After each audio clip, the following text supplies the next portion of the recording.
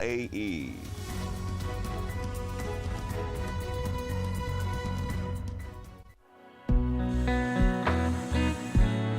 We're local and educational. You're watching WLAE-TV, celebrating 40 years of New Orleans public television.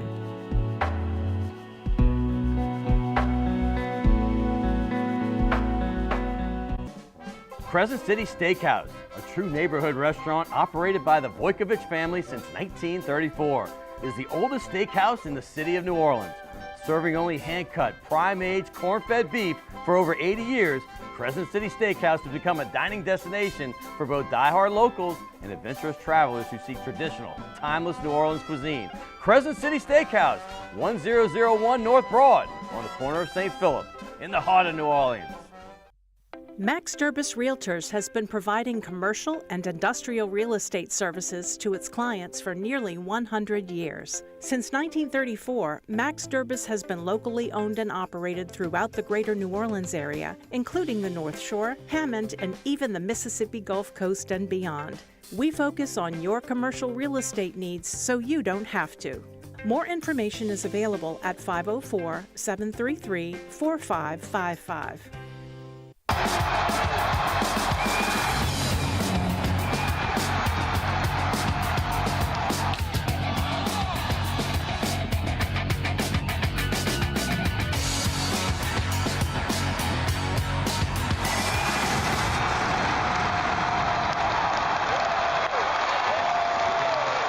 Good evening and welcome to Primetime Sports. It's a glorious day today after a very, very stormy night. I hope everybody got through that okay. It was crazy last night. I saw it at 3 in the morning. I saw the winds coming up. But it was, if you thought it was stormy here in New Orleans and along the Gulf Coast, the Washington Huskies got stormed in the national championship game. Congratulations to the Michigan Wolverines, their first national title since 1997. And really, that's only their second in decades. But congrats, that team was definitely a juggernaut.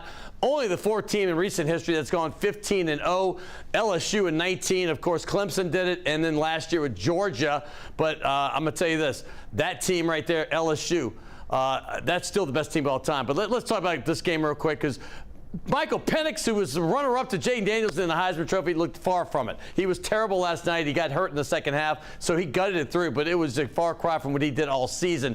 But there was a play that they almost had this game or back in it. Down 20-13. They had muzzled their way back, and then they threw a long pass to Roma Dunze, and he caught a 40-yard pass, and it would have got them down to 35, chance to tie it. They called holding on it, very questionable call. That changed the whole complexion of the game, and then they got 2 late touchdowns to make the score a little worse than the game actually was. But congrats to the Wolverines. But that 19 team with LSU, that team beat 7 top 10 teams, okay? Never happened before. They beat 4 of the top 5. Never happened before. They beat all 4 teams, the other ones in the top 5. And they also beat, when you talk about 5 teams that went 60-4, except the times they played LSU, and LSU beat them by an average of 20 points. I'm talking about Oklahoma, Clemson, Alabama, Georgia, and believe it or not, Florida was really good that year. So these teams are 16-4, and LSU beat the snot out of them, too. That's the best team of all time. And if you look at the players in the NFL, from Burrow to Jefferson to Jamar Chase, on and on, that team would have done some good numbers, but this defense of Michigan was probably better. Moving on, NFL playoffs. How about this? They're set now. No, you don't see New Orleans on there. They won the game against the Falcons. We'll get to that in a second, but there's the playoff setup right now. You got Saturday, Sunday, and even a Monday night game with the Eagles going against Tampa. But before that, Miami at KC seems the most intriguing on here. That is going to be a night game on Saturday. You got some other matchups. The Cowboys, they host the Packers. That should be fun to watch. There's a bunch of them out here, but week 2 is when it really gets good. Hey, speaking of the Saints, they were 5-7 on this show. I said they have a chance to win their last 5 games and go 10-7. At worst, 9-8. At least I got this one right. They went 9-8. Not enough. Too little, too late to go to the playoffs. But I'm going to tell you this. They thrashed the Falcons. And anytime you could do that from a kid that sat in on the 62-7 loss in 1973, I loved it. Total domination, but it's crazy. Derek Carr throws 4 touchdowns, but Jameis Winston, who played 10 seconds, is the only one anybody's talking about. The whole Dennis Allen, Arthur Smith feud at the end for getting that touchdown. And, you know, the coach blaming the players and the players saying, hey, we want to help this guy, Jamal Williams, get a TD. I get it. But Arthur Smith, that coach, is now fired. You're looking at it. How about the Pelicans? They're 22-15. They've won 5 of their last 6 games. They're now tied with Dallas and Sacramento for that 5th spot. And they beat Sacramento, who's tied 4 out of 4 times already. How about that? That's unbelievable. They play tomorrow at Golden State. Then they have the Nuggets and 2 at Dallas before coming back home on the 17th. And how about John Summerall, the new Tulane coach, was at the Pels game the other night. How fun was that? He was over there and he was at the game. There's David Griffin, and they talked to, that's the GM, of course, or the player personnel guy, and they also talked to Jen Hale after the game right there. But he's feeling really good because Ty Thompson, the top recruit in the history of Tulane Greenway football, is coming next week. And guess what? He's going to be on this show right here on Primetime Sports. Check that out. And by the way, how about LSU? Huge win over Texas A&M on the road. That was a big win, 68-53. And LSU in recruiting got the #1 player in class of 25 at the wide receiver position, the quarterback position, and Harlan Berry, the #1 running back in that class in the country. They got him coming too. And Tyrone Hughes is coming on this show, y'all, right here on Primetime Sports. Tyrone Hughes, David Grubb. Stay tuned. We'll be right back. Can I tell you a cat joke? Just kidding.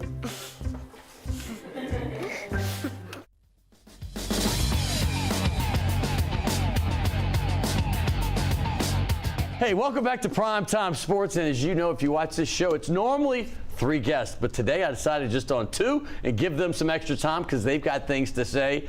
And one of them hasn't been on this show since 2016, and he is a Hall of Famer. That's right, a Saints Hall of Famer inducted in 2015. His name is Tyrone Hughes, and he went to the great St. Aug High School, the Purple Knights. He graduated in 1988, went on to a great career at Nebraska, and then that's right, he came on home to the New Orleans Saints and was a Pro Bowl kick returner, punt returner, defensive back. The man did it all. And his name, right, once again, Tyrone Hughes. Thank you, Scott. Welcome back to the show, my friend.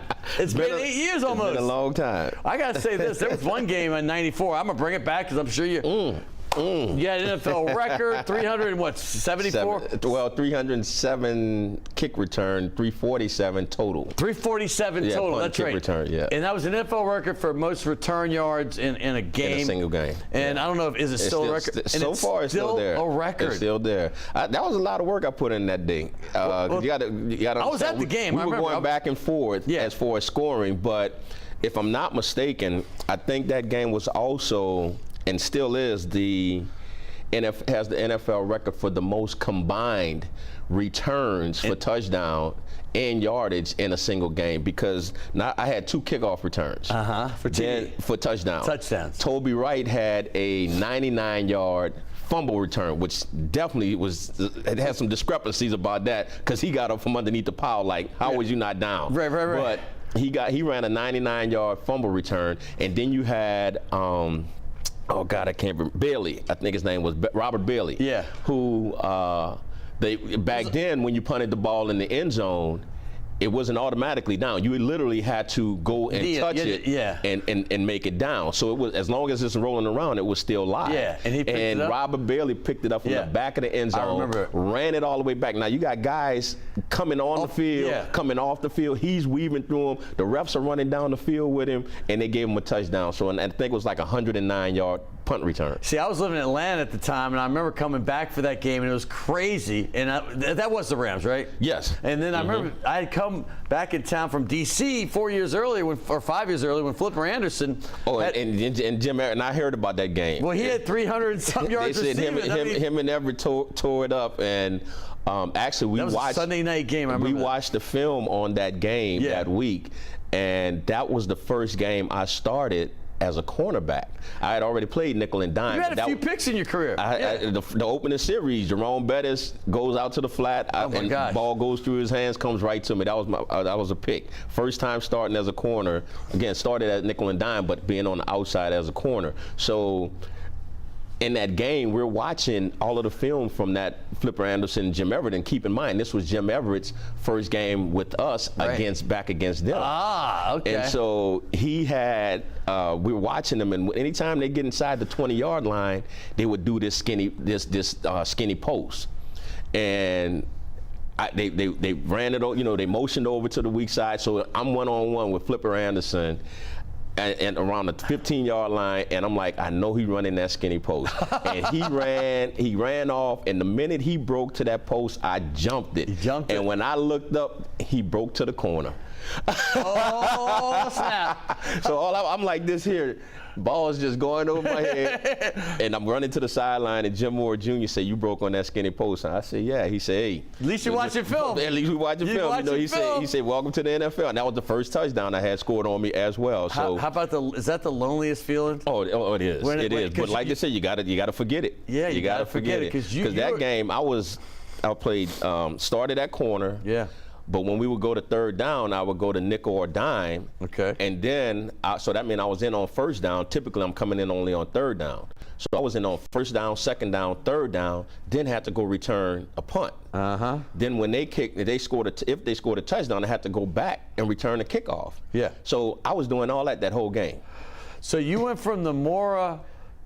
I guess you would have been into the Ditka era, no? No. Well, Ditka came in. When Ditka came in is when I went to Chicago. That's when you went to Chicago, ironically, and he comes down here. And I go there, yeah. Yeah, y'all got the better of that trade. The Bears did, I think, because it didn't quite work out for Ditka down here. Well, it didn't work out for me in Wannstedt in Chicago either. Oh, Wannstedt, so that's right. That was not there. Because he was one of Jimmy Johnson's boys from University of Miami, then we the Cowboys. Yeah, and all that I went with the money instead of, because I actually had an offer from San Francisco, which I was going to take.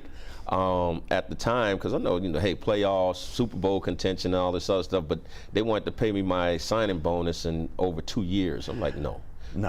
He's like, y'all got a great franchise. Yeah. However, I need to get paid now. I got things to buy, all right? Here's the other thing I was just thinking, because I heard something. I'm watching the game I guess it was the night game, when Hardy, he changed his name, so I get confused, returns the punt. But earlier that day, I had heard that, Rashid Shaheed had made the Pro Bowl, right? Yes, I saw that. And he was the fourth returner, they said, in Saints history, to make the Pro Bowl. And I immediately thought of you, because I'm not sure. I think you were the first, right? I was the first. Yeah, was Reggie Bush one? No, I don't think Reggie went. It was myself, Michael Lewis. Lewis was the one. And then the guy I'm talking about, Hardy. Hardy went, and then now Shaheed. So I thought about you. There's Michael Lewis right there, the beer man. We know his great story. And let's get to it right now. Y'all got inducted in the same year. The Saints generally induct, I think this year they only did one with Jabari Greer. But generally two guys every year, and then they also have a service guy, somebody that's done great things for the organization. But you and Lewis came in the same year, and I loved it because no. Michael, actually, we're about the same. You were a year and age apart. Right. But Michael came in probably. I think. Well, you came into the Saints Hall of Fame though. The same year. The Hall of Fame. Okay, y'all came to the Hall of Fame at the same year in 15, correct? Yes. And you're wearing the jacket, and I love it. And I really like that jacket a lot. But my point is when you get that call, man. When you get that call that says you're in the Hall of Fame, I mean, the Saints have been around for 57 years, right? What's that feel like? And not only the Hall of Fame, but I was also nominated as one of the top 50 players in Saints history. Wow. When that team came out. So that was a great honor as well. But obviously, anytime you're getting inducted to a Hall of Fame, it just shows that the appreciation that team at least had for you, or that you did something phenomenal, right?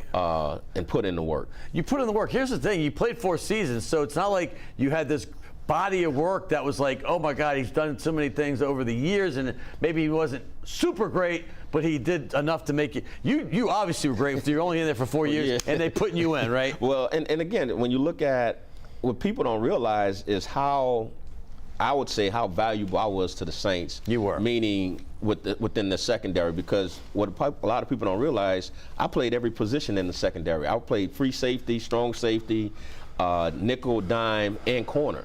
And typically, when Hazlitt was there as the defensive coordinator and Jim Moore Jr., I was always responsible for covering the #1 receiver whenever we would go to a dime defense. Wow. So it's like, okay, you're not that good, but we need you to cover the best guy on the team. You're fast, you're strong. I mean, to play all 4 positions, people don't realize that just doesn't happen. I look back to, like, and this is going to be pre-both of us, but Steve Foley was a legendary Tulane quarterback, and he goes to Denver as a cornerback, and he ends up having the most interceptions in Denver history. He still holds that record.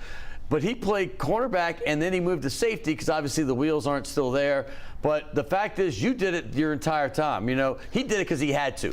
Well, you're physical, you're smart, and you're fast. But also keep in mind, I was a receiver. Right. Majority on the offensive side of the ball. The majority of my career, up until I got drafted, the Saints drafted me. I was a receiver and playground offensive guy, running back, whatever. At St. Aug, I was a wing back / receiver. Go to Nebraska, same things, wing back. Then they started throwing the ball, so now they moved me to receiver my junior and senior year, and I ended up breaking my wrist in a Colorado game returning a punt my junior year. Yeah. And I had a cast on. We were going into the bowl game my junior year to play against Miami. That's when they had Horace Copeland, Lamar Thomas, and Kevin Smith. Oh, yeah. And so, was it Kevin Williams? Kevin Williams. Kevin Williams. Yeah. Short guy, fast. So basically, so I went to Osborne, Coach Osborne. I'm like, Coach, won't you let me play? Because I got a cast on. I can't do anything offensively. Yeah. I'm like, won't you let me go play on the defensive side of the ball? And he was like, well, I'm not sure. So I went talk to the defensive back coach. Wow, really? That's how it came about? I went talk to the defensive back because I'm like, we're going to be on television. I'm not about to sit on the bench and just do a kickoff return. So I go talk to the defensive back coach, and Coach Darlington, I talked to him. He's like, well, yeah, we can definitely use you with all of the speed they have, and I was one of the fastest guys on the team. So they tried me out in practice, and everything worked out fine, and I had no technique, backpedaling, and all of this other stuff. Just raw. I understood coverages from being on the receiver side, but no technique. So when we got in the game, it's like, you got him. Oh boy, it's like the playground. And that's like the playground. That was it. And he caught some passes. I broke up some passes, so it wasn't pretty. So when we come back my senior year, I go to Coach Osborne in the spring. I'm like, Coach, won't you let me play both ways? And he's like, well, Ty, if you play both ways, you're only going to be a 75% player. I said, well, you know what, Coach? My 75 better than some of the 100 we got. I love it. I love it. Well, I'm going to say something since you mentioned Coach Osborne. I say, you know, Tyrone, I say this frequently, and that's him right there. But I say this a lot. When I look at when I grew up, and I look at, honestly, into my professional career from 1970 to 2000, there's probably a handful of teams that could say, man, we might have been the best of that whole 30-year era. But to me, I've broken it down so many times, it's Nebraska. It's Nebraska. I put one, and Oklahoma, Miami didn't have much in the 70s, so if you count that. But you had a lot of teams that had some sparkles. But Nebraska was the most consistent, great team. Double-digit wins when you only played 11 games back then, right? Wasn't no 15-0s. No. And like Michigan got last night and LSU got recently. But the fact is that I took these actual pictures in 2018. Yeah, that's the new stadium. Because I was there doing a game the year Scott Frost got there, and it was the first game of the year. And I too have a picture because I'm not a guy that jumps in pictures with people all the time. I mean, you know them all. You know these people. But I said, you know, Tom. This was practice, you know, the day before the game. And I said, listen, man, I'm not the guy that does this, but can I get a picture with you? And that's one of my favorite pictures, not of me. I look terrible. But it's Tom freaking Osborne, man. Exactly. I mean, arguably the greatest coach of all time. And he just sent out an email to all of the players saying how much he really, you know, looking at the game today and how much he really appreciated how we played back in the day. I mean, it was great just to hear that from him, that he sent out to all players. All of them. You know, and that's got to be about 1,000 guys. I remember until the Georgia beatdown of TCU last year.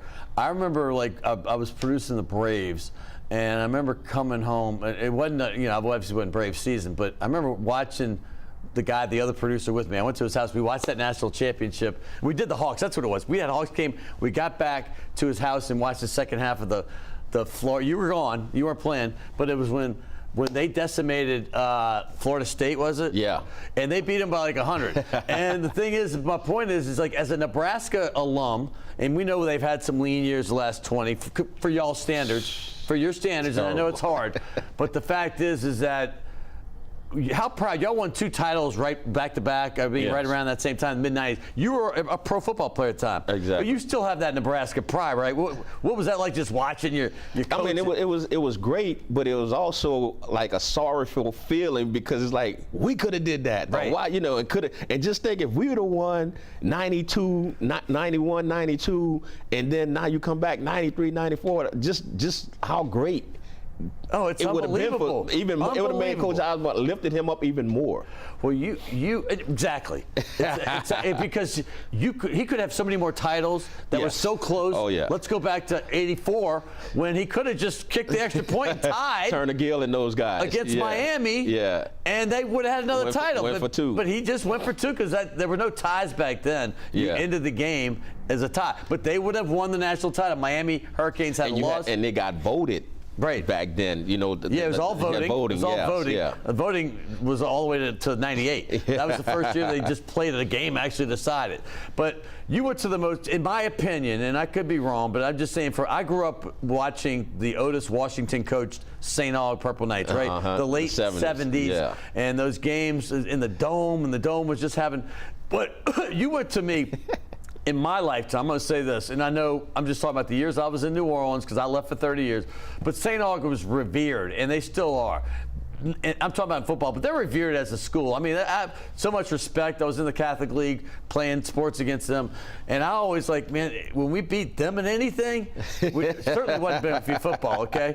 But anything else, and we did some, I was like, that's the best win because y'all have such pride, and you do it the right way. You have great young men at school. Yes. So coming from St. Aug and picking a school like Nebraska, talk about that transition and why you think both institutions are great.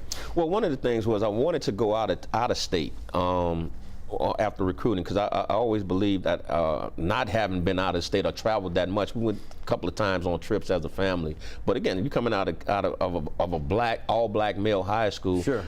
And at the time, Nebraska was one of the most revered, like you're saying, revered school. It was always Nebraska and Oklahoma playing for the Big 8 title, playing for the national championship because they were winning. And kids were going to school up until they started this NIL. When you were in high school, I was in college at LSU, and you beat us like a drum twice in the bowl games. But kids were going to school then because teams were winning. That's why at Alabama, Nick Saban did so well. Now with the NIL, they going wherever you're getting paid. And I'm like, I wish we'd have had an NIL. Let's get paid, right? Yeah, NIL would have made my life easier. But that was the thing to do. Well, Nebraska was the place to go, and one of the things was coming out of Louisiana, I was the offensive player of the year in football, and I was the athlete of the year because I did all 4 sports. Right. But going to Nebraska, and this is the thing that I had with a lot of these kids when they hit in the transfer portal, going to Nebraska, I'm coming there as the MVP of the state of Louisiana, which Mickey Joseph had went the year before, and Reggie Cooper was the offensive and defensive players of the year. So, LSU was kind of hot back then, like, how all these guys, top guys going to Nebraska. But when I got there, they had the MVP from just about every other state as well at my position. So you had to compete. Yeah. And that's what brought that level of competition out of guys. Yeah. Nowadays, everybody won't come in as a starter, and if you're not a starter, hey, I'm going somewhere else and getting a transfer portal like a semi-pro ball. Tyrone, you grew up here, right? You grew up your whole life here. So as a kid, we're 5 years apart, but as a kid, I came in, I was around a baby when the Saints were starting. But I mean, I start remembering seasons around 70, 71, all right? I'm 5 or 6, right? So, but we never won, right? And then in '86 we started winning, and I was in college at the time, and then they won till 93 or so. But you came in on the tail end of that 7-8 year season when they were winning consistently. Lost 4 playoff games, but they were winning, and then they gave pride. So what was it like coming as a hometown guy that grew up mostly losing, and then you're on the Saints team that you had? I'm assuming was Swilling still there? Swilling had left. Swilling had left and went to the Lions. The Lions, right? And Bobby left and went to Atlanta that year, right? So I still had Ricky, Sam, and Vaughn to play with, and it was just amazing when you talk about Sam Mills, how they call him the field mouse, and how much me and Willie came in together as rookies. And so when you look at all of those guys on how they handled themselves, and how much like Sam Mills would always talk. Gene Atkins, Gene Atkins called me Ninth Ward because I was born in the lower 9, but I grew up in the 7th Ward. Gene Atkins would call me Ninth Ward, so it was a great feeling to have these guys talking to me, and giving me advice, and it's like, You know, it's just, You're talking about the Dome Patrol. Yeah. Other than Atkins, you mentioned those other three guys. But Sam, yeah, I mean, you Sam, know, come on, that's like listening to the Lord. I mean, come on, Sam's wise. But not only that, he was the center, the front line, one of the front line 5 guys on my kickoff return team. I mean, and he was the starting. This like usually you're gonna have backups on that. Right. Sam was like, no, I'm going. He said we're gonna get this going. First Pro Football Hall of Famer, our first Saints ever. And then you have, I mean, may they rest in peace, Vaughn Johnson, who was on this show. Yes. I've had Vaughn. Sam Mills, obviously, I never had because he played Carolina and then he didn't come back. But he has a statue in front of the stadium. In front of the stadium there, and he's one of the greatest here also. Hey, I got to talk about the Saints because there was a big thing with the game on Sunday. This would be the only time in the history, I think, of the Saints that they can just beat the Falcons by 30-plus points like a redhead stepchild. And people mad. And all we're talking about is firing the coach because of a play at the end of the game. Not the coach, the James. Well, the coach, but it's still the coach. Well, they've been hollering about firing Dennis. I know, but they're hiring louder now. Yeah, because I saw Ben Watson, who we represented when I was an agent before he went to Drew Rosenhaus. He was with Pat Dye Jr., and that was who I worked with. Okay. And so, you know, Ben was a Saint, and if people that know Ben, he's a strong Christian man. Exactly. He came out there publicly and like, this guy's got to go. He's lost his team, and he's lost his, you know, because if he's going out there, this is the whole fight with, obviously, Arthur Smith, who's now gotten fired. But the point is, you know what the drill is. Jameis came in. The team decided, hey, we're going to give Jamal Williams a chance to get a touchdown. And then they let it happen. And you've been vociferous in your opinion on this on Facebook. And you were on a radio show yesterday on WBOK. I want your take on this whole thing. You're a player. I'm not. I want to hear what Tyrone Hughes has to say. My disagreement or my argument came with Shannon Sharp was saying as, Jameis Winston needs to be cut and all that. First of all, he's putting everything on Jameis Winston like it was his decision alone. Right. They said, they asked the coach, Dennis told him no. They got out there and the offensive lineman and some of the other guys suggested this, we're going to get Jamal a touchdown. So everybody agreed, according to Eric McCoy. Yeah, Jamal, Eric McCoy was in there. Yeah. Jimmy Graham came out and Eric said McCoy's he was the team leader, man. Because the thing was, it was Eric McCoy. I mean, it was going to be Jamal Williams or Jimmy Graham was going to get the touchdown. So they already had it set in their head. This was going to happen. So they go out. The only issue I had was the fact that it was a victory formation. Shannon said, let them know y'all going to run the ball. Okay, fine. That didn't happen. One of the things you're taught in the NFL, even in victory formation, especially in victory formation on the offensive side, is be prepared because you never know when those defensive linemen are going to jump or try to come across and cause some kind of havoc. They've done it before. Typically, they're always doing it. Yeah. And typically, that's going to cause a fight with the offense. Right. So in this situation, I don't have a problem with what they did because of the reason why they were doing it. Yeah. And people are like, Dennis Allen has no control over the team. I don't care if it was Dennis Allen, Sean Payton, Jimmy Johnson, Bill Parcells, whomever. If the team, understand it, the team runs, it's a team game. The team runs the team. Right on. The coaches coach the team, but it's the players' team. And so if the players want to do it, I don't know. Shannon's talking this, I would have jumped offside. If them offensive linemen say they want to do something, right, it's happening. Ain't no way in hell you going to go against them. It's happening. They're big boys. And a lot of those guys are the team leaders. I'm going to say this, so if Tyrann had just not, another St. Aug guy, I like what I love that Jimmy had his back. This Jimmy had his back, and then Eric McCoy came out saying, Eric McCoy came and said. And I'm going to tell you, you can say what you want about Jameis. I respect the heck out of him. I was telling somebody this yesterday. This guy had a choice to go to a lot of places.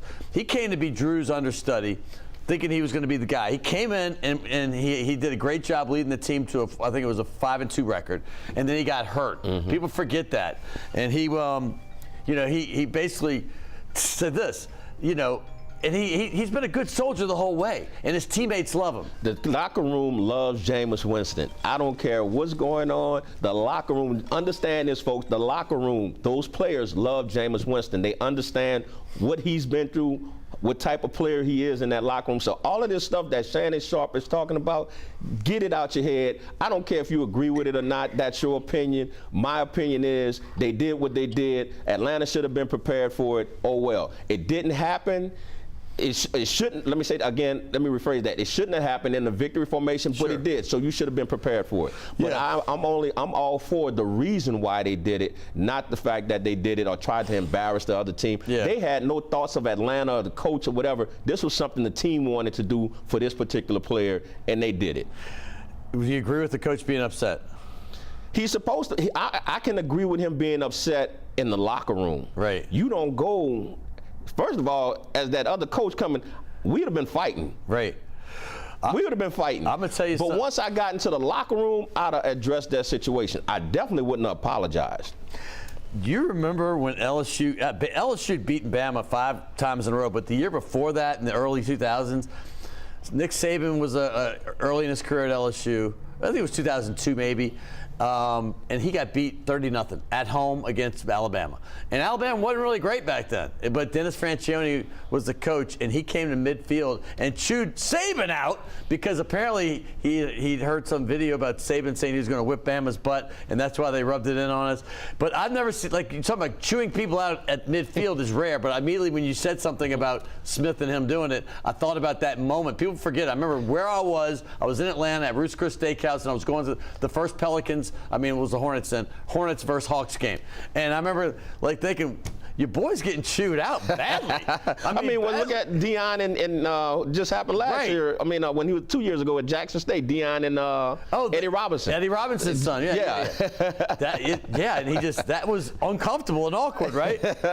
Well, I got to tell you, and there's nothing uncomfortable about you or awkward. You're one of our great players, not just on the pro level, obviously the high school level here. You're a legend. And I wanted people that don't know exactly who you are because, you know, we're getting older and older and the fans are getting younger and younger.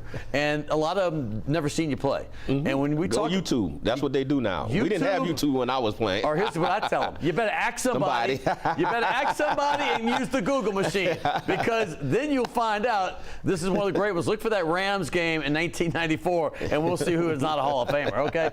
So we give gifts on this show, Tyrone, and here I go. I have a Task Performance shirt. And this is the softest shirt you'll ever have. I don't know if you got it, but this is feel that, and you're going to throw rocks at all your other shirts. And this is a Mr. John's gift certificate. So enjoy yourself. Thank you very much. Thanks for having me on. I really St. Aug legend right here. Purple Knights. New Orleans Saints. And I got show the shoes up here. You got to pop those shoes. You got to get the shoes. Get the shoe. Look at these Saints shoes. You got to be a Hall of Famer to get those, because I know I ain't got nothing like that. That's my man. I appreciate you so much. And look him up once again. I loved your opinion on that. We'll talk more Saints coming up because I have David Grubb. We're going to talk about a lot of things. David Grubb's doing a lot of good things. I know he's worked with you some. Yes, I talk to him several days a week on WBOK, him and Reggie Flood. Yes, Reggie Flood. Yes. Well, he's going to come on. I haven't had David on in quite a while either. I think it was around the time you were on, maybe more recent than that. But he's coming on because we want to talk about a lot of things. He's doing a lot of great things right now himself, but also the Pelicans. That's where I met him. I used to cover the Pelicans every single game, and since that time I've weaned myself down and not doing as much, and he's been the guy that when I first met him, he hadn't been around the Pelicans a lot in the media, and now he's at every game. And he loves it, and he does a great job, but he covers out everything. The guy knows his sports, and I know he's also a Michigan fan, so he's got to be very happy about what happened last night. But we will talk about that and so much more right here on Primetime Sports.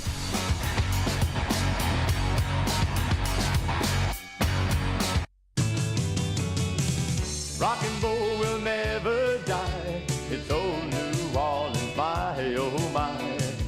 Come on, baby, let's go rock and roll at the city lane. All night, let's roll, let's rock and roll. Baby, do the rock and roll. At Mid-City Lanes, the home of rock and roll. Inspired by the culture and spirit of New Orleans, the contemporary abstract and figurative work of Tony Mose and the urban expressionist art and jewelry of Tracy Mose are now on display and available at Esom Art Galleries. Esom Art Galleries are artist-owned and are located in Uptown New Orleans on Magazine Street and on Royal Street in the heart of the French Quarter. Esom Art Galleries, inspiration from the soul of New Orleans.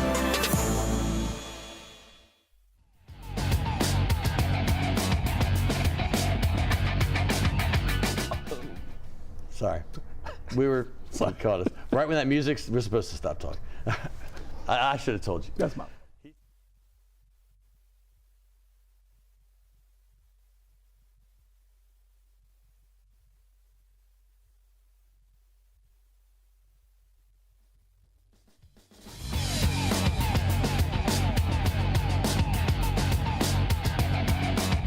Hey, welcome back to Primetime Sports. Hey, I got to thank my man Tyrone Hughes. It's so good to see him again.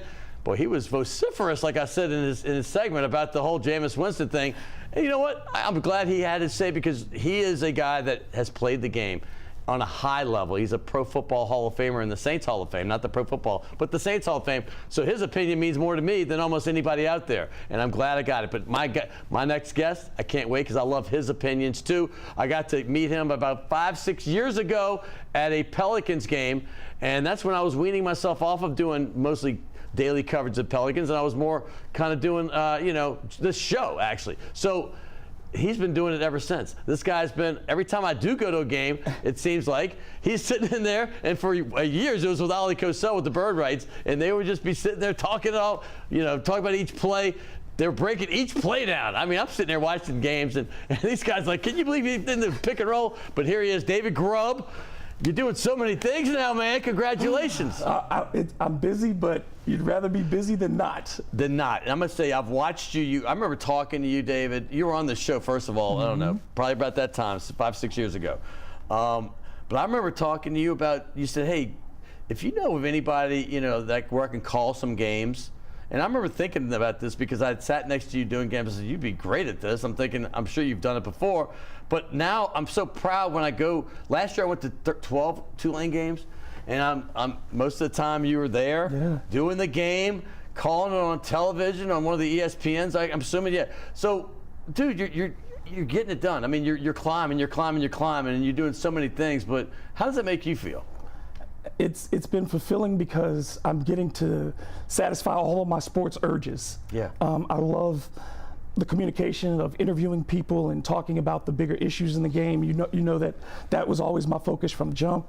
And then just the diet of real basketball. Right. Basketball is my passion. Same. And to get there and sit with those games, talk to coaches, and then analyze the game as it's happening is a dream come true. And it's rare when you're not a former Division I athlete or a former coach to get in those analyst positions. No, it's hard. And for me to sit there and to have the respect of players and coaches every time I've called a game, it is a dream come true. And you know the game, you played the game. It's not like you didn't play. You played a car. You went to Wake Forest, which is a great basketball school. We all know that.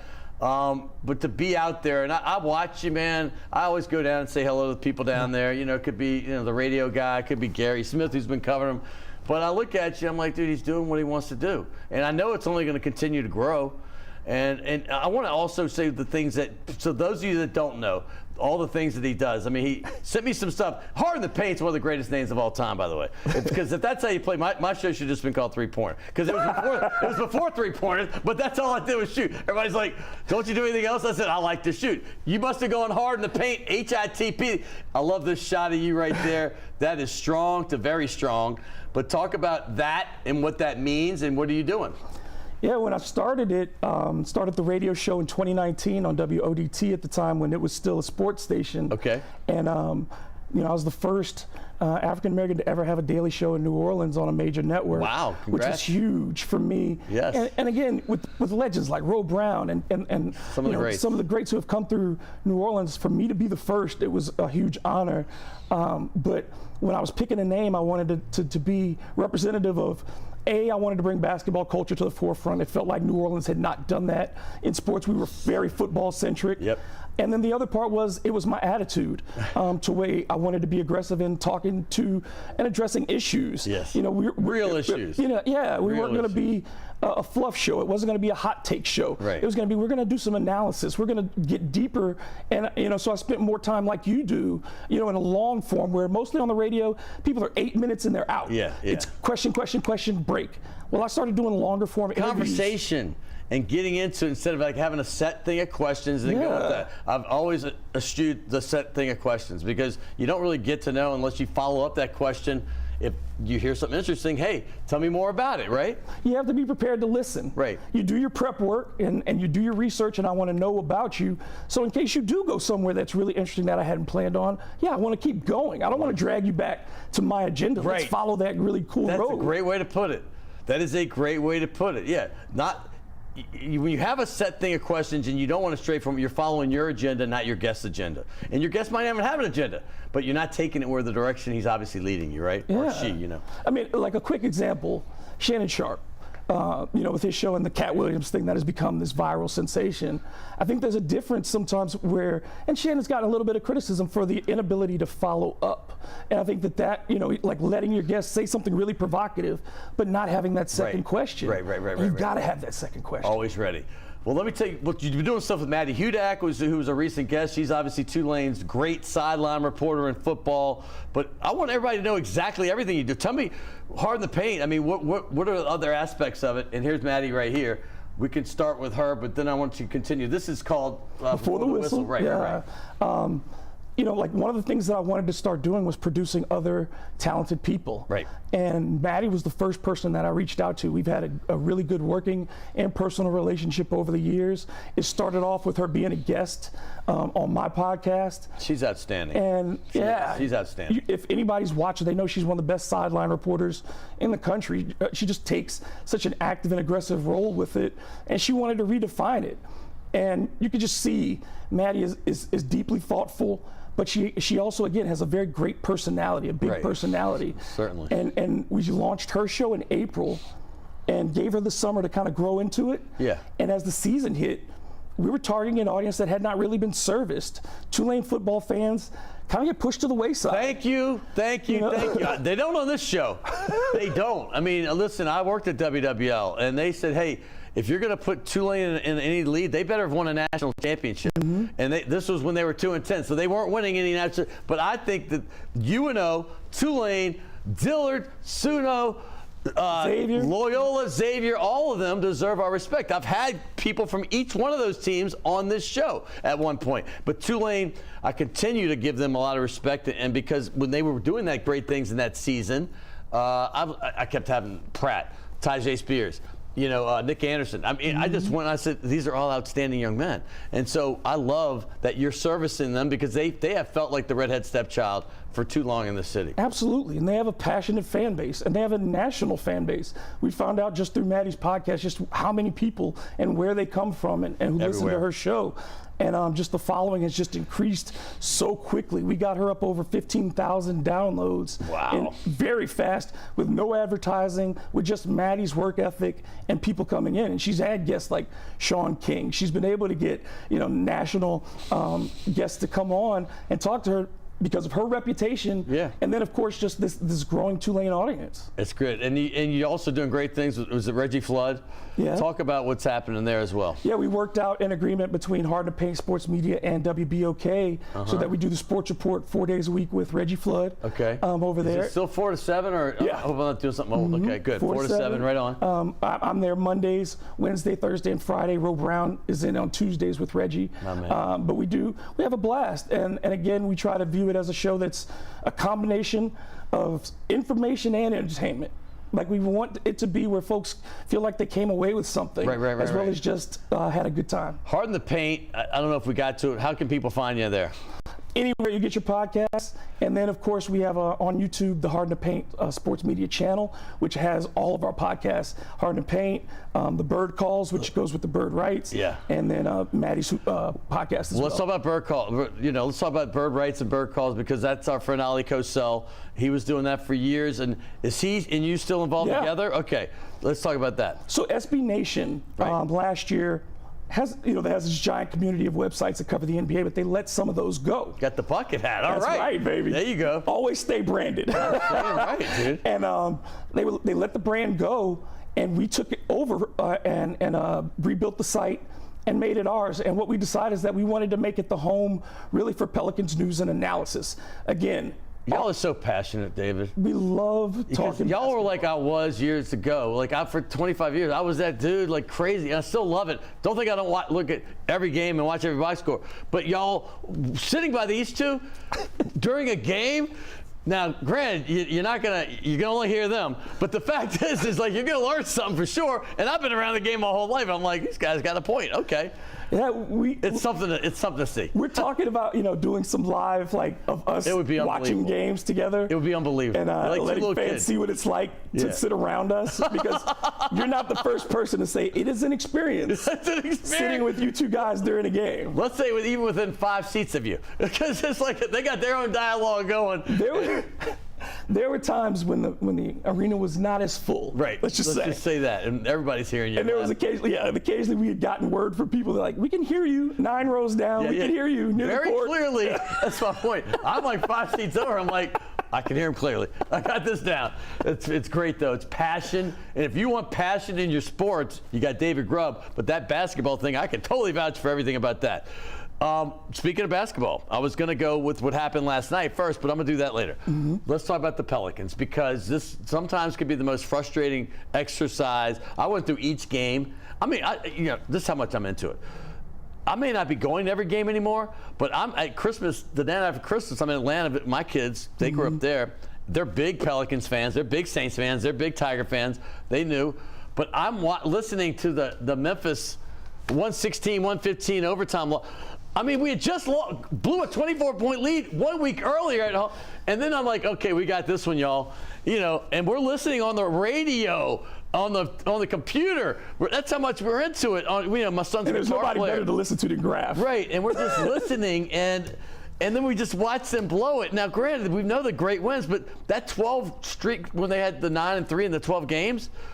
Those 3 games should be won. I know everybody says they should be won, but those 3, until the Clippers lost, you shouldn't have had any losses. And I'm like, but I can't complain because they won 72. They beat the Timberwolves. Yeah, talk to me. They're such a frustrating team in the sense that you're waiting for consistency. Right. Yes. Consistency is the step to before you can be great. You got to be consistent. Right. And they've had 3 chances this year to get to a 5-game winning streak, and they've lost all 3 of those. After 4 game winning streaks. After 4 games, right. So and they've only had, since Willie Green has been the coach. Well, actually, you go back to the playoff season with Anthony Davis. Yes. Since then, the Pelicans have only had 3 winning streaks of at least 5 games. Oh my gosh. In 5+ seasons. So, getting to that level of just being a consistently good team, they have some fantastic wins this year. The Kings, having 4 wins over the Kings, and all of them being essentially blowout victories. It's crazy, right? I mean, that's one of those teams everybody loves, right? Nationally, the Kings, and the Pelicans have whipped them consistently. And up until this Clippers game, they had beaten the Clippers 10 out of 11. They've had success against some of the best teams in the West, but they've always faltered against some of the lower level teams. But this year, they got an above 500 so far record on the road. They've given away some home games that they shouldn't have. Right. But I think this month of January is where the tale will be told for this team. Yeah. This is their hardest month. Right. 15 difficult games, and most of them are on the road. Right. So I think if they can get through this, they legitimately have a chance to be a top 5 team in the West. No question. And that is where the first step is, getting out of the play-in. Like, they cannot finish in that 7 through 10 range anymore. No. They've got to be firmly in the playoff. You got to be in that. Here's the thing. I'm trying to take myself out of being a homer, right? So I want to look at this, and you're the same way. I want to look at this with perspective, because we all knew if they were healthy, they could be very dangerous.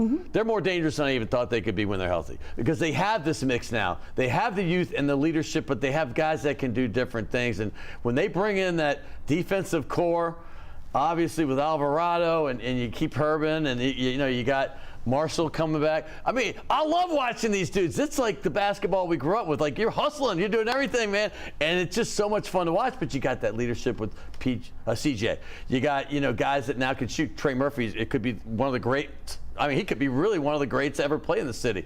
And there's so many different pieces, and that's what I want you to talk about, the combinations and things they can do there. Yeah, the versatility of the team is really its strength. The fact that it has a bunch of these guys who are between 6'5" and 6'9", who can play different positions, can switch a lot of things. And you see, over the last 29 games, 30 games, they've been the best defensive team in the NBA. Yes, when you can defend, you can. That travels. It travels, in every sport. Right. In every Ask sport. Michigan, right? Well, ask Washington, I should say, last night. If you can defend, you give yourself an opportunity every night, because shooting comes and goes. There's going to be rough nights where you're just not putting it in the bucket. Sure. But if you defend, you give yourself a chance. And also, I think the Pelicans are so connected to their defense because two of your guys are not natural energy guys. Right. Zion and B.I. Well, that's not great. High energy guys by nature. I just talked about every other player on the team. I hadn't even mentioned Zion and B.I., and I was going to say that next, but I'm glad you said it. That speaks volumes of where they're at, because we only used to mention them. Yes. And now, okay, keep going. So, that defense gets them going. When they start off a first quarter and the defense is active, that means Zion is getting in transition and getting layups. That means he's getting the ball inside and able to kick out for open threes. You're seeing them much more of these games with Zion, CJ, and B.I. all getting 5 assists plus. The spacing becomes so much better, easier. Because if these guys are all on the court at the same time, that's when it's really dangerous, because that means everybody else is getting open shots. Everybody. That's when me and you, hey, we're back, baby. Yes. And that's the beauty thing. Herb has now learned to hit a three. That's why I say they're so dangerous. I don't want to get too excited, because we know there's that next injury right around the corner, and all of a sudden that balloon bursts. But the fact is when you look at this, and I don't want to do pie in the sky, but they're certainly one of the teams in contention, because the West is very strong. Yes. But there's no team out there that I'm like, we can't beat them. No, I mean, even the Nuggets, the Pelicans have had very good games against the Nuggets and have beaten them a couple of times. Right. I don't know if they can beat them in a 7-game series, but the first step on the way to being a really good team is being a really good regular season team. And I think the Pelicans are on that path. On a night-to-night basis, it is incredibly hard to match up with the New Orleans Pelicans. No Individual, doubt. if you got them for one night in town, to get prepared for as many people as they have who can score 20 points. Yeah, this is a good example. Right on cue. 6 guys in double digits that game recently. They have guys that can step up, and that's and when Larry Nance came back, I got to tell you this. When he's healthy, yes. Dude, I love this guy. People forget that this guy was kind of a throw-in in some ways in the trade. I've always loved him, and I knew his leadership was great, and he's an off-the-court guy as well, just like CJ is, but it's even way better than I thought. And when he comes back, it's almost like a glue that puts that last little piece in, saying, oh, my God, we have a guy that can stop you on defense, coming off the bench, do whatever he needs to do. I got chills right now thinking about it. For real. The only things that I would say that are standing in the Pelicans' way is I think they could use one more backup big. Okay. I think that's something that as you get towards the playoffs, sure. And you talk about, Jonas is at his best between 25 and 32 minutes. Right on. Those other 16 in the playoffs, fouls get called at a higher rate. The game slows down. You're going to be playing against teams that have some bigs up front. I agree with you completely. Just another backup big, I think, in that position would be really nice. A lot of things can happen in those 16 minutes when he's off the court. And you also worry, most of your backups right now, you're still counting on guys who have missed a lot of games over the last several seasons. Cody Zeller hasn't played more than 40 games in 4 years. Right. Larry Nance hasn't played more than 40 games in 4 years. Wow, okay. So you're still counting on guys who have been injured. Oh, wow. As well as they played, you'd love to have that break in case of emergency. That's why you guys got to go hard in the paint and listen to this analysis, because I follow it, and I didn't even realize those two guys hadn't played that little. Hey, real quick, I got it. You're a Michigan guy. Let's get the basis of how this happened. You're a Detroit guy. You love the Lions. I have a lot of pictures of you with Detroit Tiger hats. Lions shirts, Michigan stuff, Detroit versus everybody. I'm going to tell you something. I'm going to try to give you the floor, but I want 15 seconds. Till I'm blue in the face, tell people how much I love Detroit. And they don't understand it. I said, I love the town. It's gritty. I remember going in 2008 when I was agent, and I had Brian Butch playing at the Ford Field, and then it was Wisconsin, Kansas, Davidson with Steph Curry. Yes. And I remember I went 3 extra days on purpose. I love this. And I went to Motown Museum, the Henry Ford Museum. I went around. I went to that casino thing, and I just went around. A lot of the town, like New Orleans, has become repressed, right? But it's a town that's just got something I love about it. And I don't want to know what your passion is for it. Are you from there? Give us the background. Yeah, I'm the only one of my siblings to be born there. We moved here when I was just about 4 years old. It's funny because the year we moved to New Orleans, the Lions had just gone 1-15. 1-15. The Saints go 1-15 the next year. You moved in 79, 70. Okay. So we get 1-15 with the Lions, and the next year the Saints go 1-15. Not good. Not good. 2-30 is not good. No. I was conditioned to watch really bad football when I was a kid. Right. Either because I was both a Lions fan and a Saints fan. Still both. Still both. And so this is going to be a great year for the Lions. Yeah, if you ask me, Barry Sanders is obviously my favorite player of all time. I have an autograph of Barry on my wall that sits right in front of my desk. A great player to have is your all-time favorite. Mine's Pistol Pete, but Barry Sanders, what a great role model, great player, right? And at the same time, my Saints loyalty, because it's weird because I'm sitting in my dad's seats, and he's made a promise, for that Lions game. He's told the people in his row he'd never sell his tickets to somebody from another team. Right, good. But I'm his son, so he didn't sell them to me, he gave them to me. Right. And for that one game, it's just that one game when they do come down, I get to cheer for my team. Every other week, I'm rooting for the Saints. 100%. You're rooting for another team last night that won it all. We got to talk about them real quick because the Michigan Wolverines hadn't won anything since 1997, championship-wise, right? Yeah. And that might be the only one in your lifetime because a lot of the championships they have are from the early 1900s, but that's still one of the most wins of any program. Most wins of any program. So good. 2004. Tell us how great this was for you, because I remember 2003 when LSU won their first title in my lifetime, how great that was. Yeah, I was fortunate in 97 to get to watch that team from a distance, obviously. Charles Woodson winning the Heisman and then beating great year. Washington State. So it's kind of like it was set up in a very similar way.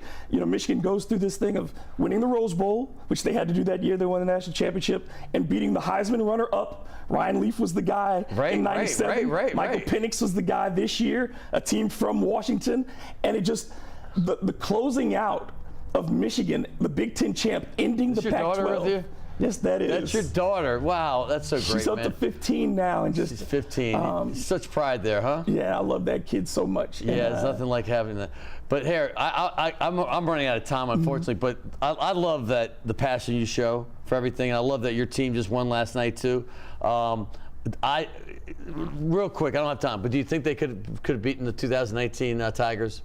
They could beat them. Heck of a game. They'd be a heck of a game because defense travels. One of the best defenses ever against one of the best offenses ever. The thing about this team here, and I'm just saying it, I heard Matt Moscona retweeted Mike Greenberg's statement from 19 after. He says, I'm not here to argue who's the best of all time because that's nobody can win that argument. Right. But he just put facts out. He goes, this team beat 7 of the top 10. They beat 4 of the top 5. They beat the preseason top 4, which has never been done before. They beat all 4 of them by an average of 20 points. And, it was just on. And they won every award, everything you gave. But the defense, that's why they would give Michigan a chance. McCarthy's good enough. That's one of the best quarterbacks I think Michigan's had in a long time. But that defense is so damn fast and so strong up the middle. It was impressive to watch. Tackling. Again. The tackling is sick. I kept thinking, why can't we hire this coach to coach the Saints on our LSU? LSU defensive, they can't tackle. And anyway, I'm running out of time. We give gifts here. Shays de la Shays. You can go to De La Shays or Shays de la Shays, which is on Maple by Tulane. And then Task Performance. Thank you so much. David, I love you, bro. I appreciate you. I think you're great. And I follow your career since I've gotten to know you, and it's been great. And I know you're going to keep on climbing. So check out Hard in the Paint. Check out Before the Whistle. Before the Whistle and all the other things he's doing, obviously, with Reggie Flood as well. So, hey, I got to thank so many people out here. My man, Will, you continue to show me William Hill is the best producer in the land. And I've now been with him almost 8 years. Love that guy. Continue it. I love you. Hey, Logan, hope you did well in your surgery. Also, Alex, phenomenal. Danielle, I appreciate you. And, of course, Stan, the man who helps us with our spots, and then Jim and Ron. I want to thank everybody here, and especially today, David Grubb and my man, Tyrone Hughes. Guess who I'm going to have next week? Oh, the guy that Tulane just got a quarterback, Ty Thompson, is coming right here. The guy from Oregon, the best recruit they've ever had, will be on Primetime Sports next week. Stay tuned. We'll see you then.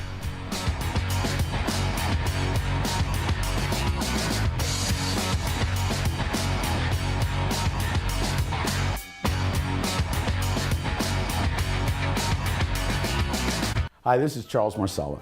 Tune in each week to WLAE-TV for Celebrating Culture as I travel the highways and byways of Louisiana, meeting the people and visiting the places that make our state great. From Grand Isle to Shreveport, with stops in between, Celebrating Culture gives viewers a chance to explore and experience our rich history, along with the food, festivals, and fun. Join me in my journey as we highlight music, art, coastal activities, and so much more. Watch Celebrating Culture, Sunday nights at 9 p.m., only on WLAE. At the University of Holy Cross, we offer bachelor's, graduate, and doctoral programs, but we specialize in the most important subject of all, you. Registration is going on now. The University of Holy Cross, right here in New Orleans. Do good, do well. Growing Boulder is rebranding aging right here on public television. Get the launch pad to what's next in your life when you watch the inspirational stories of ordinary people who are living extraordinary lives. Growing Boulder shines the spotlight on men and women who are smashing stereotypes and proving that when it comes to living big, bold lives, it's not about age, it's about attitude. Saturdays at 9:30 a.m. You're watching WLAE, New Orleans Public Television.